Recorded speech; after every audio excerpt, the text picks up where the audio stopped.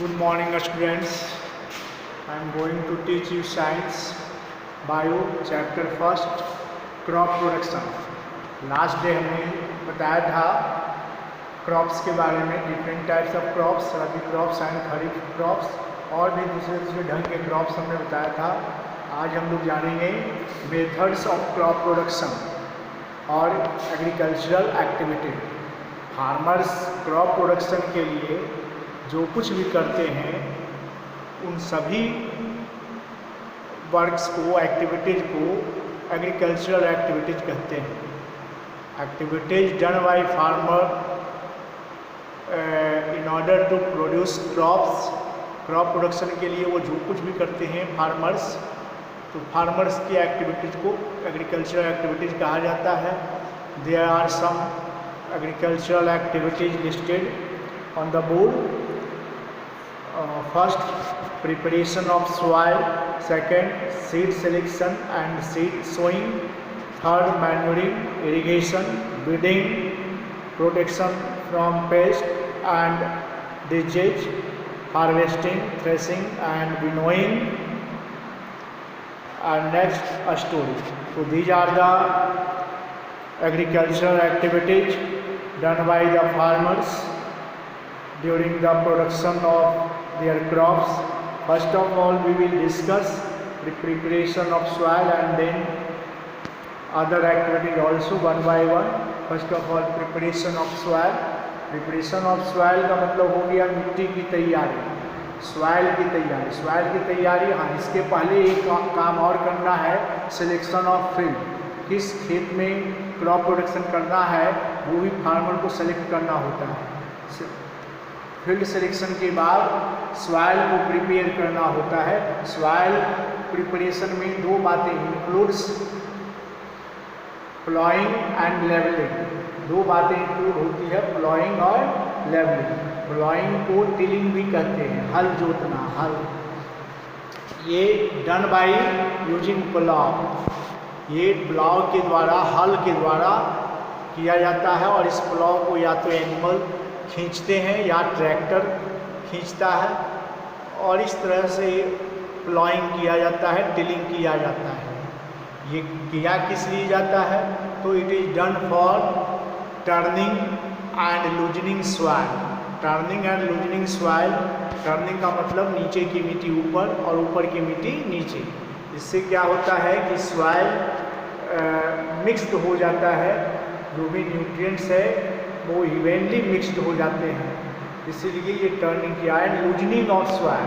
Loosening of soil, मिट्टी जो है लूज हो जाता है, ढीला ढाला हो जाता है, और ये turning and loosening of soil से कई फ़ायदा है, कई एडवांटेज है। जैसे टर्निंग से पूरा सॉइल इवेंटली मिक्स्ड हो जाता है। सेकेंड, लूजनिंग से सॉइल पार्टिकल के बीच में स्पेस होता है जिसमें कि हवा भर जाता है, और ये हवा रूट्स के ग्रोथ के लिए जरूरी होता है। और क्रॉप प्लांट्स के रूट को रेस्पायरेशन में हेल्प करता है सॉइल में जो हवा भरी होती है, तो लूजनिंग ऑफ सॉइल से एयरेशन में हेल्प मिलता है। और ये प्लॉइंग से मिट्टी जो है छोटे छोटे हो जाते हैं, लूज हो जाते हैं, और साथ ही जो है खेत में यदि पहले से घास उगा हुआ है, बीट्स उगा हुआ, तो बीट्स भी डिस्ट्रॉय हो जाता है। तो these are the advantage of ploughing. Second thing, levelling. Levelling किस लिए किया? तो खेत को प्लॉइंग से के बाद लेवलिंग किया, लेवलर के द्वारा उसको बराबर किया जाता है, to make the plain, the field plain. Plain बना देने से क्या होता है कि इरिगेशन में आसानी होती है, समूचा खेत एक समान जो है इरिगेट हो पाता है, पूरे खेत में बराबर लेवल में पानी जा पाता है। Second, seed selection and seed sowing. Seed selection क्यों किया जाता है? तो गुड क्वालिटी सीड्स के लिए, ताकि हाइयर यील्डिंग हो, अधिक उपज हो, अधिक उपज वाला गुड क्वालिटी का सीड्स सेलेक्ट किया जाता है। एंड डिजीज रेसिस्टेंट, ऐसा सीड सेलेक्ट किया जाता है जिसमें रोग बीमारी ना हो, तो ये सीड सिलेक्शन एक इम्पॉर्टेंट एक्टिविटी है। And then sowing of seed. Sowing of seed, बीज बोना। This is done by either manually, या तो हाथ से ही किया जाता है, और बाई यूजिंग सीड ड्रिल्स। दो तरीके से, यदि मैनुअली किया जाता है यानी हाथ से सीड को स्कैटर कर दिया जाता है, छींट दिया जाता है पूरे फील्ड में, and that is called broadcasting, या by using seed drills. Seed drills एक इम्प्लीमेंट औजार है। एग्रीकल्चर एक्टिविटीज में बहुत सारे औजार यूज होते हैं, टूल्स यूज होते हैं, जिसको कि एग्रीकल्चरल टूल्स या एग्रीकल्चरल इम्प्लीमेंट्स कहते हैं। इन सब का लिस्ट आपके बुक में दिया हुआ है। ये आपके बुक में होगा, आप देख सकते हैं, टेबल नंबर 1.2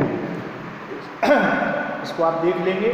तो by using seed drills, seed drills इसका फायदा है सीड ड्रिल से क्या कि seeds are sown at proper depth and proper distance.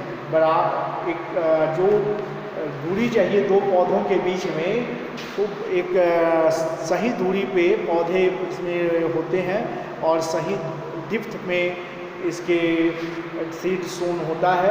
इससे क्या होता है कि क्रॉप प्लांट्स को न्यूट्रिएंट जो है प्रॉपरली प्रोवाइड हो पाता है, और it helps to grow crop plants properly. और इससे क्या है, पौधा जो है अच्छा से ग्रो करता है। यदि पौधे मैनुअली यदि सीड्स ग्रो शो किए जाते हैं ब्रॉडकास्टिंग के द्वारा, तो सीड्स या तो बहुत नज़दीक क्रॉप प्लांट्स ग्रो कर जाते हैं, जिससे उनको पूरा न्यूट्रिएंट्स नहीं मिल पाता है, या तो दूर हो जाते हैं स्कैटरिंग में। इससे क्या होता है कि खेत का न्यूट्रिएंट पूरा यूज नहीं हो पाता है, इससे बर्बादी होती है, वेस्टेज होता है न्यूट्रिएंट का। कुछ क्रॉप्स के सीड्स जो हैं वो मेन फील्ड के पहले एक दूसरे फील्ड में ग्रो किए जाते हैं। जब पौधे छोटे छोटे ग्रो कर जाते हैं, तब उनको फिर उखाड़ कर दूसरे खेत में मेन फील्ड में ट्रांसफ़र कर दिया जाता है। जैसे धान का पौधा पहले एक अलग खेत में ग्रो करवाया जाता है, जिसको कि नर्सरी कहते हैं। नर्सरी में छोटे छोटे पौधे ग्रो करवाए जाते हैं, और उन छोटे छोटे पौधों को सीडलिंग कहते हैं। इस सीडलिंग को नर्सरी से उखाड़ कर दूसरे मेन फील्ड में ग्रो किया जाता है। इससे एक फ़ायदा ये है कि नर्सरी में प्रॉपर केयर हो पाता है सीडलिंग का। सीडलिंग एक तरह से प्लांट का बच्चा है, बेबी प्लांट्स है, तो उनको प्रॉपर केयर की ज़रूरत होती है, ज़्यादा केयर की ज़रूरत होती है, और फिर उसको मेन फील्ड में ट्रांसफ़र किया जाता है। इसको ट्रांसप्लांटेशन कहते हैं। Transfer of seedling from nursery to the main field is called transplantation.